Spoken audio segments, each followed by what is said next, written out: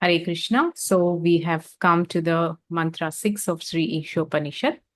We will begin the mantra by reciting. Let me share the screen. Yastu sarvani bhutani atmanyevānupashyati sarvabhuteshu chatmanam tato na vijukupsate. Yastu sarvani bhutani atmanyevānupashyati sarvabhuteshu chatmanam tato na vijugupsate. Yastu sarvani bhutani atmanyevānupashyati sarvabhuteshu chatmanam tato na vijugupsate. Synonyms: yah, he who; tu, but; sarvani, all; bhutani, living entities; atmani, in relation to the Supreme Lord; eva, only; anupashyati, observes in a systematic way. So this is a very important word, anupashyati. Sarvabhuteshu, in every living being; cha, and; atmanam, the super soul; tatha, thereafter; na, not; vijugupsate, hates anyone. Translation and purport by His Divine Grace A.C. Bhaktivedanta Swami Prabhupada, Srila Prabhupada Ki Jai. He who systematically sees everything in relation to the Supreme Lord, who sees all living entities as his parts and parcels, and who sees the Supreme Lord within everything, never hates anything or any being. Yeah. Yastu sarvani bhutani atmanyevanupashyati. Atmani means in relationship to the Supreme Lord. So these are some key words in this particular verse, in this mantra. So this mantra speaks about, there are two opposites. There is love and there is hatred. If there are some so-called religions of the world who, in the name of religion, foster violence and hatred. Yes. So such religions are not bona fide. In it, they are promoting hatred and violence, adharmic violence, I would say. Yeah. So this is a test of a religion. A test of the religion is that religion which fosters true universal brotherhood, compassion for living entities, and love for each other is true religion. But if it's fostering hatred and promoting violence, then certainly that's not true religion. So this is for us to understand and become aware of the world around us, what's happening around us, why there are so many frictions, wars, threats, in the name of religion, intolerance especially. So this word of universal brotherhood has been coined and it has been popularized by many philanthropists of this world. Yeah, there is also a book called Universal Brotherhood. And most of it, but oftentimes speaks about brotherhood on a superficial bodily platform. The idea is universal brotherhood means one should transcend this inequality based on race, religion, one's sex, or these external features, and just subscribe to a ideology of equality. Yeah. So this is just an ideology. There is no reality to it, because unless one comes to the platform of the soul and is able to see everybody as a soul, one cannot truly see everyone as equal. Yeah, seeing everyone as equal, it's just an ideology if you're not realized, if you're not self-realized. And as long as it's a mere ideology, it cannot be actually observed in spirit and in essence. That is why all over the world, although there are so many workshops or United Nations or so much of propaganda that's going on, promoting and fostering universal brotherhood, it's not actually happening, because all these talks are not based on the spiritual plane. So unless that plane on platform is realized, one cannot truly appreciate genuinely in its true essence universal brotherhood. So this particular verse the of Isopanishad is speaking about that kind of consciousness, the consciousness of a Mahabhagavat, where the Mahabhagavat is a devotee of the Lord who is able to see everything and everyone in relationship to God. Yeah. So, for example, this mic that I'm using, a Mahabhagavat or a great devotee of God can see all this as not just some kind of an material object, but as the energy of Krishna. So he's able to see it in relationship to God. Yeah, able to see the human being in relationship to God. He's able to see the body in relationship to God, the mind in relationship to God, and the Atma as part and parcel of God. So this is a vision of a pure devotee. And for such a pure devotee, the world view, that's a topic of today, the world view is so different from a ordinary materialistic person's world view. Yeah, so world views are a very, very hot topic also in the field of management. Yes, because one's world view affects one's aspirations, goals, and ambitions. If you see this world as a place of competition, as a place of I have to prove myself, I have to prove myself, better than someone, because ultimately I have to be worshipped or I have to be on top. If that's your worldview and everybody outside is there to get me, there to pull me down, prove themselves better than me, so I have to outsmart them. If this is my worldview, then my whole programming, my whole uh, career, plans for the future, and everything that I plan for will be according to that worldview. That means my goal in life is to bring myself up to that position where I'll prove myself better than others. So this is the importance of worldview. But if you see this world as a place of, let's say, a suffering, people are suffering so much. There is so much of turmoil. There is so much of imbalance. There is injustice. Then for such a person, let's say a philanthropist, they feel that no, I have to fight for the rights of humans. No, I have to fight to eradicate poverty, or I have to fight for justice. I have to ensure that there should be equal treatment. So this kind of fighting tendency comes because of that a philanthropist's worldview. What is his worldview? This world, there is suffering, and I want to bring a change. Yeah. So this is more like also depending on the modes a person is in. Yeah. So in this way, our spiritual literatures have given a very systematic understanding of three grades of people, three levels of people, and their individual worldview, how it is. Because what our worldview is dictates our consciousness, our activities, our goals, our aspirations, our desires.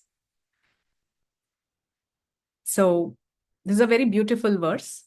In the purport, Srila Prabhupada describes about, one who is able to see everything in relationship to God is in the position of who is called a Uttamadikari. And this is, a third level, the highest level of consciousness. But before that, there is Kanishtadikari. And next to Kanishtadikari is a Madhyamadikari, and next to Madhyamadikari is the Uttamadikari. And each of these classification, each of this type has their unique characteristics. So we will read that today. What are the characteristics of a Kanishtadikari? Very interesting. So this actually makes us understand that bhakti is not some kind of a imaginative theory. It's a very practical science. Yeah. So here Prabhupada is writing, the Supreme Lord's presence is realized in 3 stages. Yeah. So this is we're talking about the classification of a God seeker. Yeah, one who is on the path of yoga. Yeah, one who is trying to connect with God. So for those peoples, or for those devotees, the Supreme Lord's presence is realized in 3 stages. Very relatable if you read carefully. So first level is the lowest level of realization is Kanishtadhikari. The Kanishtadhikari is in the lowest stage of realization. So what is his realization? He goes to a place of worship such as temple, church, or mosque according to his religious faith and worships there according to scriptural injunctions. Yeah. So here, devotees in this stage consider the Lord to be present at the place of worship and nowhere else. They cannot ascertain who is in what position in devotional service, nor can they tell who has realized the Supreme Lord. Such devotees follow the routine formulas and sometimes quarrel among themselves, considering one type of devotion better than other. These Kanishta Adhikaris are actually materialistic devotees who are simply trying to transcend the material boundary to reach the spiritual plane. So, very beautiful and amazing classification. So, this is a Kanishta Adhikari, which is the lowest level of God realization. So, who is a Kanishta Adhikari? He or she is a person who is able to perceive the presence of God only in a place of worship. So you can identify these people easily that if you see at home, they have something like a home theater, like big screen, and at home, like the whole day program is cook something or order something on Swiggy. So a place, the home is meant to be a place of full entertainment. Yeah, for the inmates, or for the people who are residing at home. Yeah, you eat nice, you prepare and eat nice food stuff for yourself. There is no offering that etc. going on. Uh, Always there's a television playing on. And home is a place for comfort and fun. So once in a week, like some people go every Saturday, or some people go visit every Thursday, they visit a temple. And in that temple, yes, they're very good. They observe the presence of God, and they do pradakshinas, they offer prayers, they even offer donate whatever they have earned.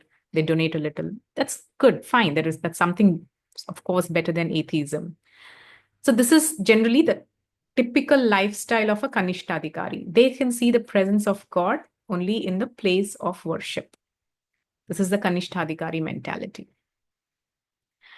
Okay, and another feature of this Kanishtadhikari is that they frequently quarrel amongst one another. That is, they are very much, uh, they identify themselves with the externals. That is, I'm a Shaivite, I'm a Vaishnavite, I'm a Shaktya, I'm a Hindu, I'm a Christian. So these are, bodily identification. So these strong identifications become, because they're coming from the ego, and they become a source of quarrel. They're quarrelsome. They quarrel around petty things. Even amongst devotees, these quarrels are quite common. There's something called petty mindedness. Yeah, petty mind. This is a typical consciousness of a Kanishtadhikari. What is petty mindedness? It's the opposite of broad mindedness. Broad mindedness means even if they apparently you see some discrepancies, or you see the other person as not fitting into your ideologies, or you're not getting along with that person for some reason.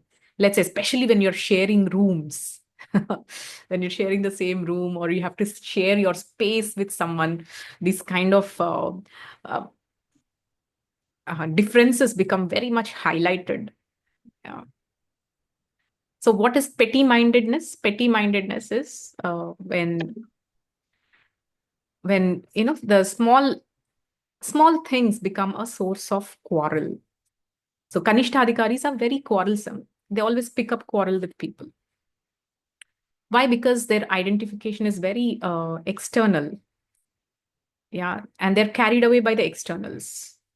They fail to see the inner essence of a person. All right, this person might be having so many apparently wrong qualities, but inherently, why not look into their devotion? Yeah, if we are able to pass that barrier, of external and look behind that barrier, who is this person? Hey, this is that person who came to take shelter of the Lord Krishna. It's a devotee, or she's a devotee. Isn't that a commonality between you and him and me, or her and me? So this kind of looking for the essence beyond the external barriers, or external qualities, it becomes more and more prominent as we are advancing more and more in our consciousness. So Kanishtadhikari, who is in the lowest stage of self-realization, is carried away by the mere externals of people. That is the reason why they fall prey to petty mindedness and quarrels that arise due to such petty mindedness. So that's another feature of a Kanishtadhikari. Yes. And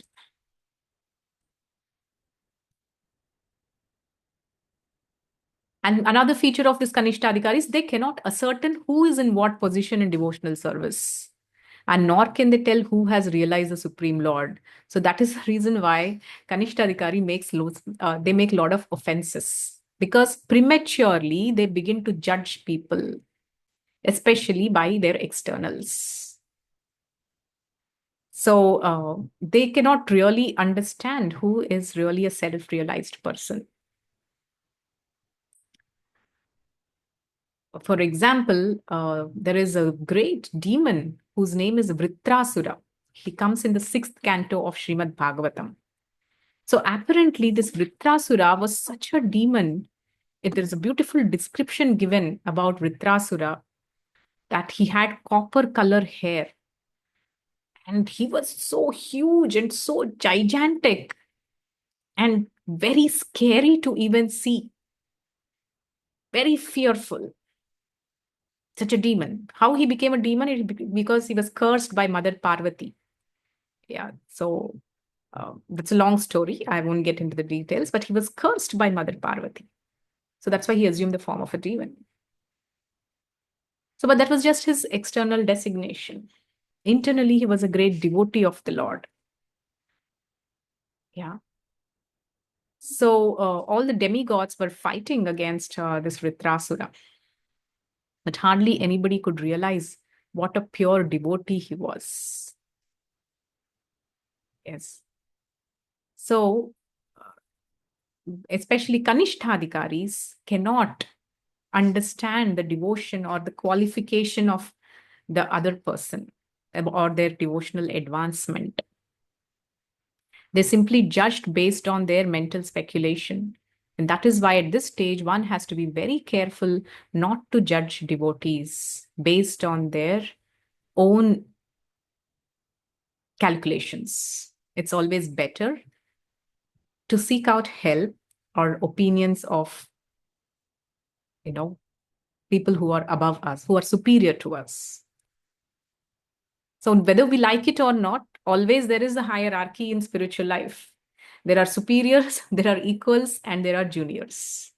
So this hierarchy has to be properly observed with care for us to not fall into the kleshas of the mind. Yeah, there is and also another verse, beautiful verse in Bhagavatam, which says, Gunadhikam mudam lipsed anukrosham gunadhaman maitrim eva anviche nataper abhibhuyate. So it says, Gunadhikan mudam lipse. That is, whenever you see a devotee who is more advanced than you, one should offer respects to that devotee. Anukroshan gunadhaman, one who is in a junior position to us, to such person, we should show compassion. Maitrim eva anvichit, who is equal to us, we should be friends with them. And to such a person who can observe these three levels of devotees with appropriate respects, you know, nataper abhibhuyate. For them, the trapas, the tapatrayas of this material world, yeah, the three kleshas, the adhyatmika, adibhautik, and adidaiva, these kleshas don't affect such a person. See this beautiful science of how to be happy in life. There's so much given in Srimad Bhagavatam. And it's interesting to see how peace of mind is so closely related to relationships. How we deal with in relationship with others has such a close connection, intimate connection to our peace of mind and our well-being, our emotional and our mental well-being. This is the beauty of Bhagavatam. So, but it's not so easy. At the same time, let me say, this is not easy. I heard from one of my lectures of my Guru Maharaj, he says, sometimes it takes a lifetime or many lifetimes to actually understand how to respond to to another person in a given relationship. Yeah, Vaishnava reciprocations are very difficult to understand and uh, you know uh, appreciate. And what to speak of follow. Yeah, sometimes it's a great science, and it takes a lot of realizations, a lot of purifications at different levels of the body, of mind, of ego, especially to be rightly situated in order to have the appropriate exchanges with devotees. Because ultimately, in the spiritual world, it's not about dharmartha kama moksha. It's only about relationships. So one who has got relationships right in this material world is ready for the spiritual world. So that's how important and beautiful is relationship science. So one of the features of Kanishta Adhikari is they cannot recognize the other person's advancement. They might mistake a junior to be a senior or a senior to be junior, or there are a lot of judgments based on externals or situations, and that might even lead to offenses. So one needs to be very careful, especially in the beginning stages of devotional life, to take care of their bhakti lata and guard it from offenses, which is called the mad elephant. Okay, so these Kanishta Adhikaris are actually materialistic devotees who are simply trying to transcend the material boundary to reach the spiritual plane. That means for them, spirituality is all about escapism for the Kanishta Adhikaris. Yeah, escapism. Why do you want to take up the spiritual life? You see, this material life is so miserable. I just want to get out of this and, go to the spiritual plane where there is no distress. That's fine. But if that's your only reason, so then that's a Kanishta mentality. Yeah. They're trying to transcend the material boundary to reach the spiritual plane. So oftentimes out of frustration. It's not out of love for Krishna. That comes much later. So this is the quality of a Kanishtadikari. The next level, those who have attained the second stage of realization are called Madhyamadikaris. So it is said that as devotees, we all should strive to become Madhyamadikaris. Yes, we're all at the Kanishta platform. It's understood. We all have our own anarthas, which we are carrying from many lifetimes. But it is suggested that every devotee should honestly endeavor to come to the Madhyama platform. Yeah. So what is this Madhyama platform? Madhyamadikaris, these devotees observe distinctions. This word distinctions is very important. A Kanishta Adhikari cannot see the distinctions. Yeah. A Kanishta Adhikari cannot see the distinctions, or he cannot ascertain the position. Who is in what position in devotional service? So that's a typical Kanishta. But what is Madhyama? He's able to distinguish. And especially he discriminates between four categories. There is this wonderful verse. Ishware tadadinayeshu balisheshu dvishatsucha. Prema maitri kripa apeksha yat karoti sa madhyama. So these are the four qualities of a Madhyamadikari. What does he do? Whom does he identify? Four people. One is the Supreme Lord. Yeah. Second is who are the devotees of the Lord. Third is the innocent, who have no knowledge about God. And fourth is the atheists, who have no faith in God and who hate those who are in devotional service. So it's very important for us to discriminate these four kinds of people. Yeah.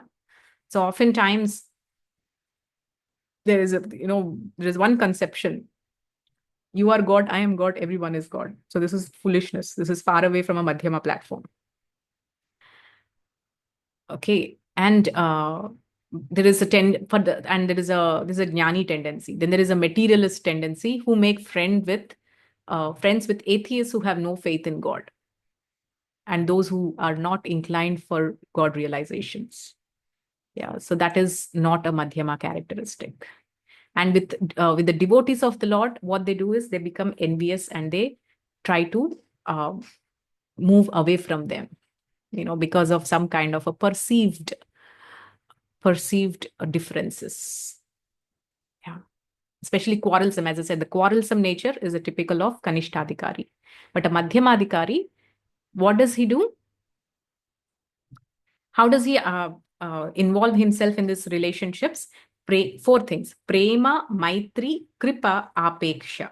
Prema is love. That is, he directs this love towards God. Okay, prema, the internal love, whatever he has, he or she tries to direct it towards God. Maitri, friendship. So he or she, who is in the platform of a Madhyamadhikari, they extend friendship with like-minded devotees. Yeah. Instead of becoming envious of them or competitive of them or having egoistic differences with them and trying to keep oneself aloof from them, what they do, they try to make friendship with them. At least with like-minded people, if not with everybody. At least one should identify like-minded devotees and try to cultivate friendships. Cultivate. It's not naturally that happens. See, some people are naturally very jubilant and they go around speaking to everybody. Now, that's also depending on the personalities. Now, there are different personalities. As per the Greek philosophy, there are four types of personalities. Now, there is sanguine, there is phlegmatic, there is choleric, and there is melancholic. So cholerics are, very passionate. Their job is to get things done, very managerial. They don't sleep until the deadline is met. So these are cholerics. If you see our Prime Minister Narendra Modi ji, he has a typical personification of choleric nature. If you see even very good managers, they are behind deadlines. I mean, I think in your own, I think Sindhuja, she quit one of her job. She might have seen this feature in one of them, cholerics. So managers are typically cholerics. They are behind you to finish the job. Then there are people who are sanguines. Sanguines are very friendly people. They're very light natured. They're like butterflies. Wherever they go, they say hi to this person. Very friendly, very jovial, very cheerful, very lively people. In a group, you can understand who's a choleric, who's a sanguine person. Very light-hearted people, fun to be with. Then there are people who are phlegmatic. Phlegmatic are they couch potatoes. They're very laid back.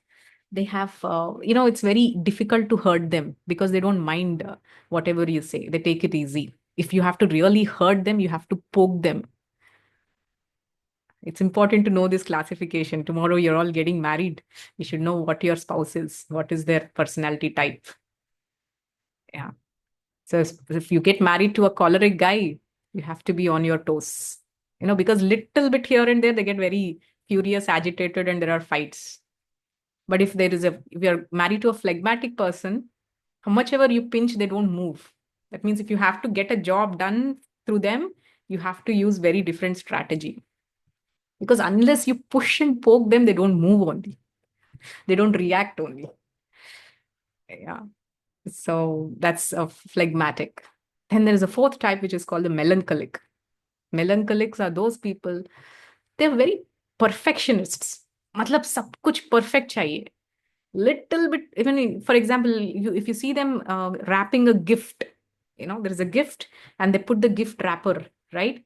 They just cut it to the right proportion, paste it properly, and put a sticker on that. Everything should happen perfectly. Little bit here and there, they get very restless, perfectionist in every. They may do very little activities, but that activity should be perfect. So these are melancholics. But what thing is, if that perfectionism doesn't manifest, they become very disappointed. Or they're very moody people. Melancholy itself means sad. And they're very sad. Why things are not happening according to my expectations? But these melancholic people are very talented within, but externally they manifest as like, especially these people have incredible talent in the areas of crafts, some arts, paintings. These people, if you see, they manifest brilliant talent, but internally they're very melancholics. So these are different kinds of people, around us. So it's always important to look out for this classification of people. So Madhyama is a person who discriminates, not in the sense of being judgmental, but he's aware of the position of different people. So what does he do? Prema. He develops a loving relationship towards God. Develops he directs his loving propensity towards Krishna. Maitri, he develops friendships with devotees. Kripa, if somebody is subordinate, they don't try to condescend them. Or say, Are, I'm a junior, I'm a senior, I have come here 5 years ago. This girl came just 1 year back. Yeah. So this is condescending nature. Put them down, not helping them or not giving them, withholding some information or trying to dominate them or trying to become a barrier in front of, rather than a bridge. This is a wrong behavior towards a junior. One should always try to be a bridge between the junior and the Guru Parampara and not become a wall. So this is how do we show compassion to our juniors? Simply by being, by connecting them to the superiors. That's true compassion. That's true well-wishing nature. Instead of becoming those bridges, if we are becoming walls, then perhaps we are in the Kanishta level. So this is Kripa, true compassion. Yeah. And Apeksha. Apeksha is keeping distance. Keeping distance from whom? From the envious. Envious of whom? Those who are envious of God and those who are envious of devotees. Yeah, apeksha. Apeksha means, it's not apeksha, it's apeksha. Apeksha means keeping a distance from them. So this is a quality of a madhyama.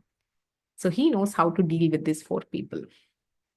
And now beyond this, so as devotees, we all should strive to come to the madhyama platform, because in this madhyama platform, one is stable and can preach. Preaching is essentially carried out on the madhyama platform. Preaching is an interesting feature is preaching is not possible on the Kanishta platform and on Uttama platform also. Why? Because an Uttamadhikari sees everybody as devotees who are even better than them. That's why they don't preach. Yes, so Uttamadhikari comes to the Madhyama platform, comes down to the Madhyama platform in order to preach. It's a very, very interesting concept of bhakti and prachar. So we'll finally see now the third level of realization of God, which is Uttamadhikari. So above the Madhyamadhikari is the Uttamadhikari, who sees everything in relation to the Supreme Lord. This is what the verse is all about. Yeah. This verse is saying as Yastu Sarvani Bhutani Atmanyevanupashyati. Yeah. Who can see the entire, all the living entities in relationship to God. Yeah. And because of that, what happens? Sarva Bhuteshu Chatmanam. He sees God in the heart of everybody. Tato na vijugupsati. He does not hate anybody. This is the qualification of a Uttamadhikari. who's above Madhyamadikari. He sees everything in relationship to God. Such a devotee does not discriminate between even a theist and an atheist, but sees everyone as part and parcel of God. He knows that there is no essential difference between a vastly learned Brahmana and a dog in the street, because both of them are part and parcel of the Lord, although they are engaged in different bodies on account of the different qualities of their activities in previous life. So this is that famous verse in Bhagavad Gita. It says, Vidya Vinaya Sampanne Brahmane Gavihastini Shuni Chaiva Svapakecha Pandita Samadarshana. A truly learned person, a Pandita, is who can actually see a Brahmana, a Chandala, a dog, an elephant, and a cow, all of them as equal. They're all the same part and parcel of God, Krishna. But due to their different karmic activities, they are entrapped in a particular body. So that means there is no difference between me and, let's say, this ant. We both are same. I have this body. This Jivatma has the body of ant. It's just manifestations of our karma. So this kind of a vision is possible only for an Uttamadhikari. It's not theoretical, but they practically see that way. Yeah, he sees that Brahmana particle has not missed. Yeah. So it is about the degree of how everybody has used their little independence. What did the Brahmana do or a human being do? That Jivatma utilized their free will or independence well. What did this dog do? That Jivatma in the body of the dog has misutilized the independence. That is why it fell down to the species of a dog. So it's just about how these two Jivatmas have utilized their free will and independence. Yeah. Otherwise, they're the same. Yeah. It's just like, mother does not see difference in the children. She has kids, but one kid is, very naughty and the other kid is very good. She loves both of them. These days, everybody's having only one kid. Maybe it's difficult to understand. Maybe we have to look at our parents, how they treated us. Or maybe to our grandparents, how they treated our parents' generations. We have a lot of children. Some of them are naughty and some of them are very obedient. The mother likes both of them equally. Yeah. But although she's aware of who is good and who is bad. Yeah. So similarly, this is how a Uttamadhikari sees. No difference between what the dress is. So, but those who imitate a Uttamadhikari by flaunting a sense of oneness or fellowship, but who behave on the bodily platform are actually false philanthropists. So this was what I was telling. The conception of universal brotherhood must be learned from an Uttamadhikari and not from a foolish person who does not properly understand this individual soul or the Supreme Lord's super soul expansion, who dwells everywhere. So this was what I was talking about. Now, this whole world, there is so much of discussion about universal brotherhood, where everybody says equal rights. We're all equal, and even politicians use this very powerful word, for getting votes. What they say, Hindu and dash bhai bhai.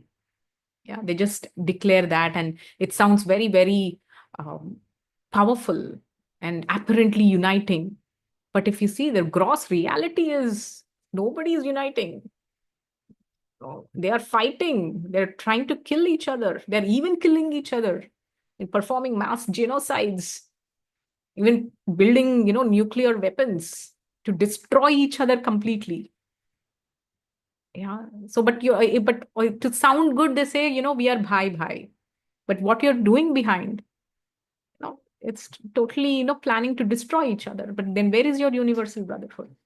So this is where Isopanishad and Bhagavatam is telling so clearly, unless you see that spirit soul in every Jivatma, your discussion of universal brotherhood is only theoretical. It cannot truly manifest. So here there is an important word called Anupashyati. What is Anupashyati? So we will end in the last 10 minutes. There's the last 3 paragraphs. Anupashyati. Yeah. So this mantra is speaking about observe. As I said, about worldview. Worldview is how we see this world. Pashyati itself means to see. But what is anupashyati? So this is where it is important. Anupashyati means it's a Sanskrit word used to describe to see something by following the footsteps of somebody. Anushilanam. Yeah, anu means to follow. So pashyati means to see, and anupashyati means to see through being trained, or to see by following in the footsteps of somebody, of a great acharya. That is what is anupashyati. Like in the Shastras, we speaks about different kinds of views. Yeah, like the 15th chapter of Bhagavad Gita speaks about, you know, evanupashyati. What is that verse? Utkramantam sthitam vapi bunjanam va gunanvitam vimudhananu pashyanti jnana chakshusha. Yeah. Utkramantam sthitam vapi. That means a vimudha, a fool, cannot see how a living entity is getting a particular body, how he's enjoying in a particular body or suffering in a particular body, and at the end, how he is leaving the body. He cannot see all this. That is why he's called Vimudha. But who can see? Pashyanti jnana chakshusha. Vimudha nanu pashyanti jnana chakshusha. Those who have jnana chakshu, that is the eyes which have knowledge, they can see. So if a person has come to a transcendentalist, basically, if you're suffering within, let's say, even if you're having some mental suffering, it actually contaminates your aura. And that mental suffering, even before you explain to them, they can sense it. I'm talking about transcendentalists. Why? Because these suffering has penetrated into your aura. Aura is not what's around you. So these are like jnana chakshu, people who have this eyes of transcendental knowledge. They know how this particular living entity has come and why he is in this particular body, and or why he is in this particular condition of enjoyment or suffering. Why somebody is living in a palace amidst comfort, or why somebody is living in a poverty-stricken jhopadpatti. Why? It's not random. Yeah, it's about how they have utilized their independence. And why, or even let's say, why this person who is in that palace is crying, and why this person under the tree is happy. That also a knowledgeable person can see. But a Vimuda cannot see. Vimuda is just covered over. He's in ignorance. He thinks, yeah, by chance this person is here. Somewhere God did partiality, and that's why they got this and I got this, and I'm always suffering like this. They begin to blame God. Yeah, they begin to blame destiny, or they even blame their forefathers. In some Telugu movies, I don't know if you have seen, there is one comedian who always says, if my grandfather would not have done that day, I wouldn't have been like this. So they always play the blame game. Yeah, who? The Vimudha, and because they cannot see clearly why somebody is enjoying or somebody is suffering, why somebody has got a beautiful bodily feature, why somebody has got a beautiful complexion, or why somebody has got more knowledge, or why somebody is more gifted, and why somebody is not. Yeah. So this is all, instead of becoming a source of comparison, a person who is in knowledge perceives that as how this Jivatma has utilized their independence. This is Jnana Chakshu. And such discrimination comes by Anupashyati, by actually taking shelter of a great teacher like Srila Prabhupada and regularly studying his purports. We develop gradually that Jnana Chakshu, that eyes of discrimination. And then we become peaceful at heart. Yeah, because things are clear. They don't become a source of disturbance to us, but a source of inspiration. Why? Because we begin to believe and understand that God is ultimately impartial. Yeah.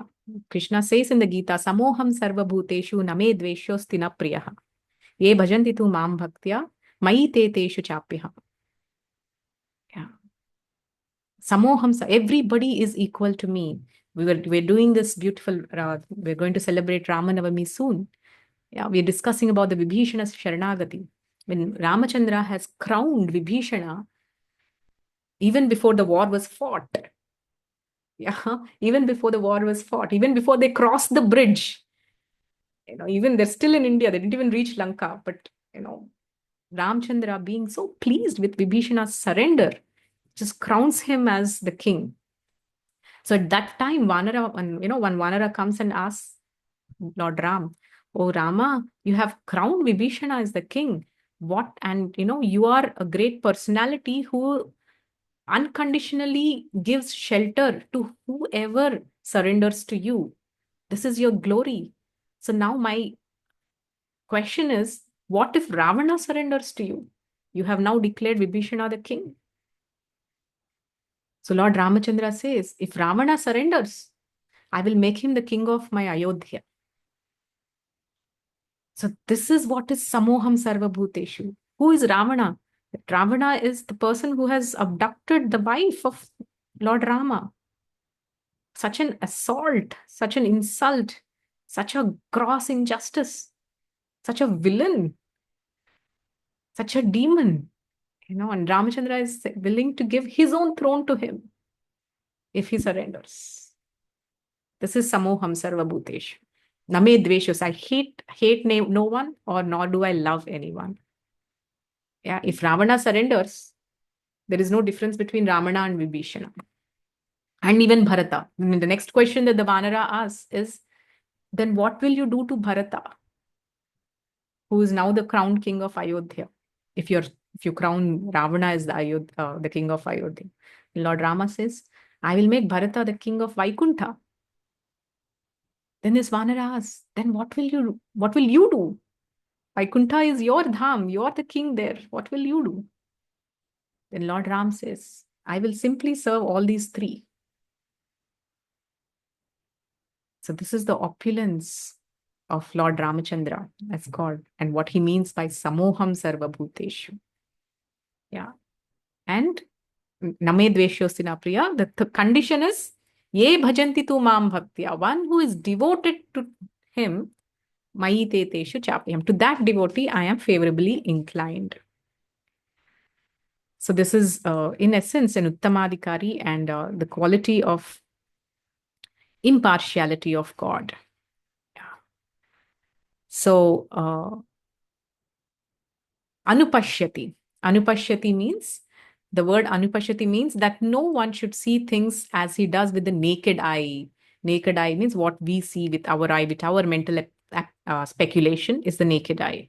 But we should see through the Shastra Chakshu. Shastra Chakshu means the eyesight or vision that is developed through the study of Shastras. Yeah. For example, for one who has developed Shastra Chakshu, let's say,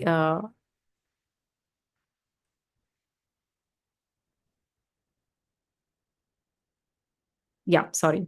So let's say such a person has, like we all see sun. Every morning we see sunrise, we see the sun. For a normal person, okay, sun, every day he comes and he goes, they don't even care about it. Or for a painter, he says, wow, so artistic. Yeah. Or for a normal person, it's just a red globe, red hot ball in the sky. For a normal person, this is what a sun is. But for a person who has developed Shastra Chakshu, the vision of the scriptures, he sees the sun as, the eyes of God. Yeah. Yat chakshure savita sakala grahanam raja samast suramurti rasesha teja yas yajnaya brahmati samvrita kala chakro govindamadi purusham tamaham bhajam.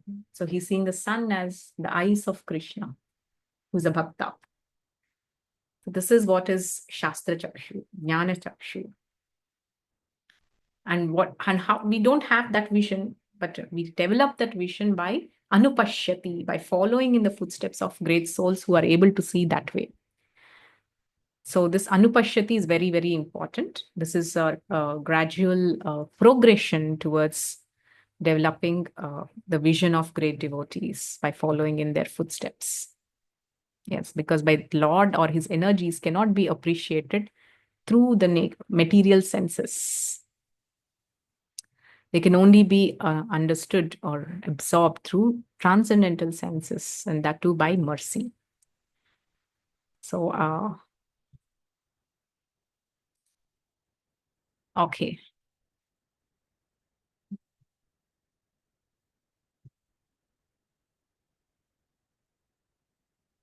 So we'll just end with the final concluding words of this particular mantra. Here, Prabhupada is saying that, so that is why it is so important. They follow the instructions simply by hearing once from the bona fide spiritual master. These are Shrutidharas. Yeah. And at present, there are many commentaries on the revealed scriptures, but most often, most of them are not in the line of disciplic succession. So here there is how to develop that jnana chakshu, or how do you practice anupashyanti. It is by following those who are coming in a proper disciplic succession. Yeah. So, especially the two great works of Bhagavad Gita and Bhagavatam have to be thoroughly assimilated. And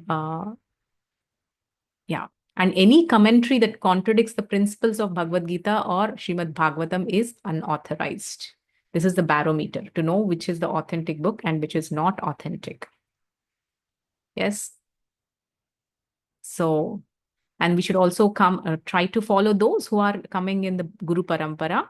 And no one should try to reach any conclusion about the Vedas without receiving instructions from members of Vyasadev's disciplic succession. That's how we are coming in. Brahma Madhva Guru Sishya Gaudiya Guru Sishya Parampara. Right? So disciplic succession of Vyasadev, who believe in the personality of Godhead and his energies as they are explained in Sri Isopanishad. So, final conclusion is, according to the Bhagavad Gita, only one who is already on the liberated platform can become an Uttamadhikari. So, who can become an Uttamadhikari? How do you know who is an Uttamadhikari? The person who is already liberated. Brahma Bhuta Prasannatma Nasochati Nakangshati Samasarveshu Bhuteshu Mad Bhakti Labhate Param. Yeah. So, Brahma Bhuta, a person who has reached the Brahma Bhuta stage, he is very peaceful at heart, Prasannatma. Nasochati na kangshati. He neither hankers for something nor he laments for something. Nasochati na kangshati. Samasarveshu bhuteshu. This is equal vision. He sees everybody equally. Yeah, and on that stage, he attains to Uttama Bhakti. And this vision cannot, most important is, this vision cannot be had by politicians who are always after some material gain. So why Prabhupada is repeating this again and again? Because if you go into the politics outside, you see people do a lot of slogans and very fancy words, and they use about this uh, topic of universal brotherhood as a bait to gain votes. But the reality is they're all false. They're all fake because they're unable to truly appreciate the oneness based on their spirituality. Yeah, that is why one who imitates the symptoms of an Uttamadhikari may serve another's outward body for the purpose of fame or material reward, but he does not serve the spirit soul. Such an imitator can have no information of the spiritual world. And the Uttamadhikari sees the spirit soul within the material body and serves him as spirit. Thus, the material aspect is automatically served. So when you want to truly perform welfare or, to the world, if you're helping them on their spiritual platform, you're automatically also helping them on their material platform. But if you're simply helping their material body and neglecting the spirit soul, such a help is not considered truly a help. Yeah. So this is the famous example of what is the use of saving the goat and letting the man drown. So any help to elevate the soul or atma of a person is considered true help. And also, of course, we also need to be aware that the way to the soul is through the body and mind. So this is how a devotee sees. Okay, I will end here. So this is about, in summary, the sixth mantra of Sri Isopanishad, which is speaking about the Uttamadhikari, who is able to see everything in relationship to the Supreme God. And because of such vision, for him, there is only love everywhere and there is no question of hatred. Tato na vijugupsate. He does not hate anything or he does not hate anyone. So in explaining this, Prabhupada spoke about the three kinds of devotees, the Kanishtadhikari, the Madhyamadhikari, and the Uttamadhikari. So the Kanishtadhikari sees God only in the place of worship, is very petty-minded, is quarrelsome, he does not discriminate who is who. Yeah.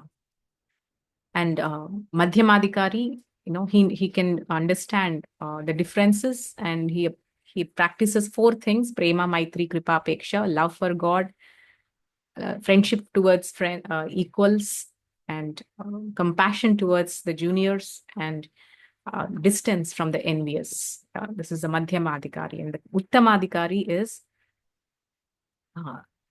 who sees everyone as equal. He does not differentiate between an atheist and a theist.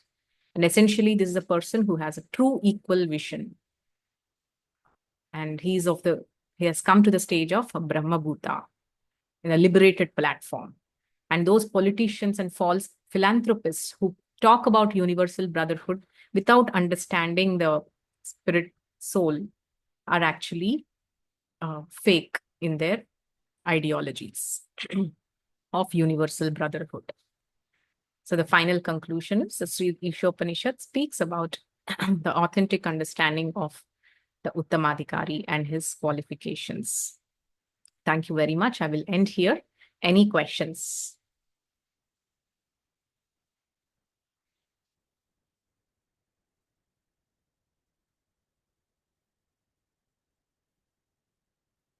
Any discussions or questions? Any opinions?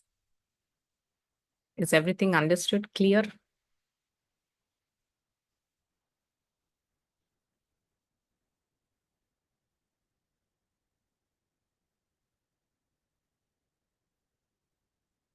Okay.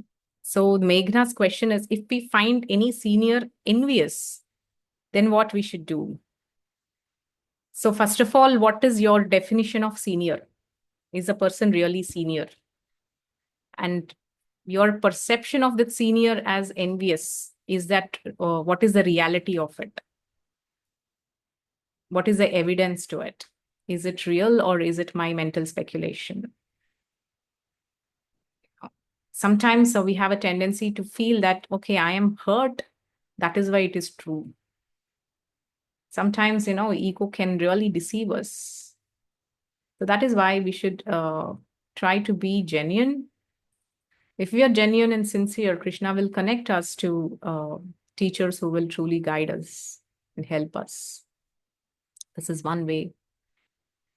And regarding your question of feeling that if you're feeling that a senior is envious and you're feeling uncomfortable, then it's better to maintain distance. There's no use in, still going on and, further complicating the whole issue.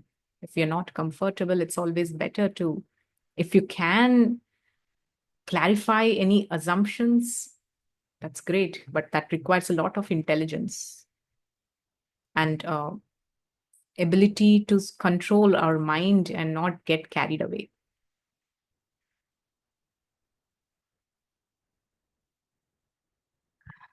Yeah.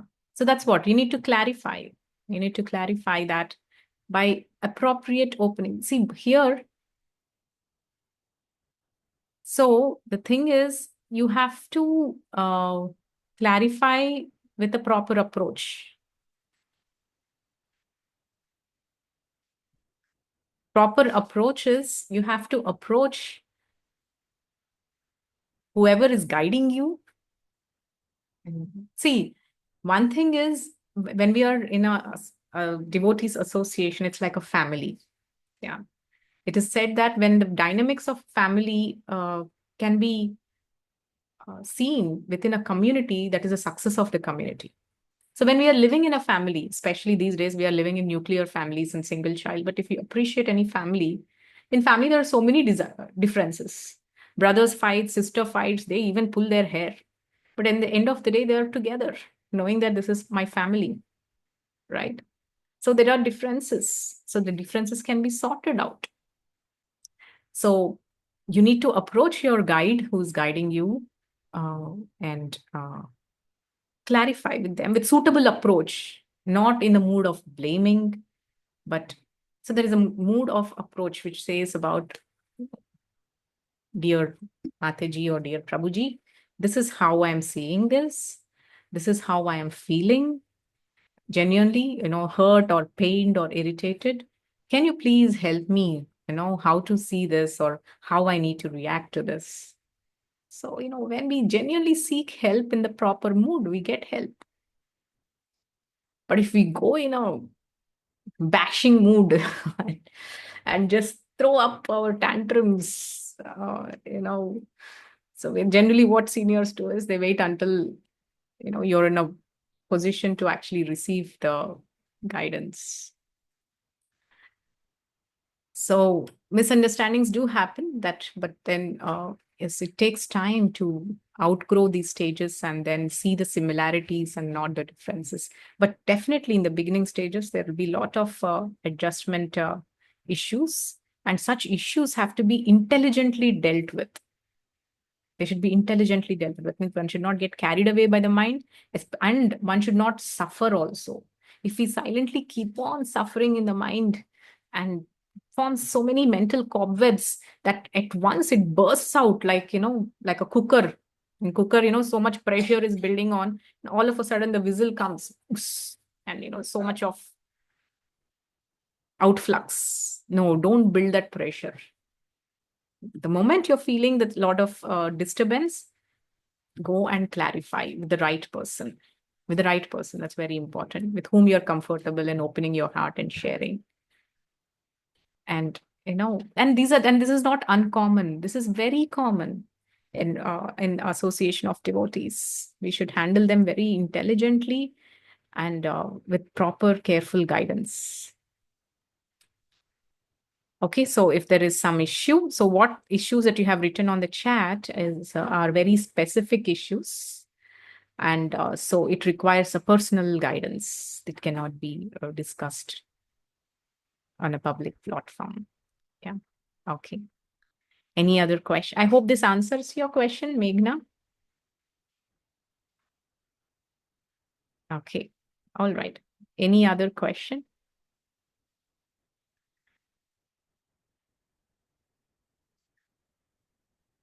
Yes, of course. Okay. All right. So we will meet in the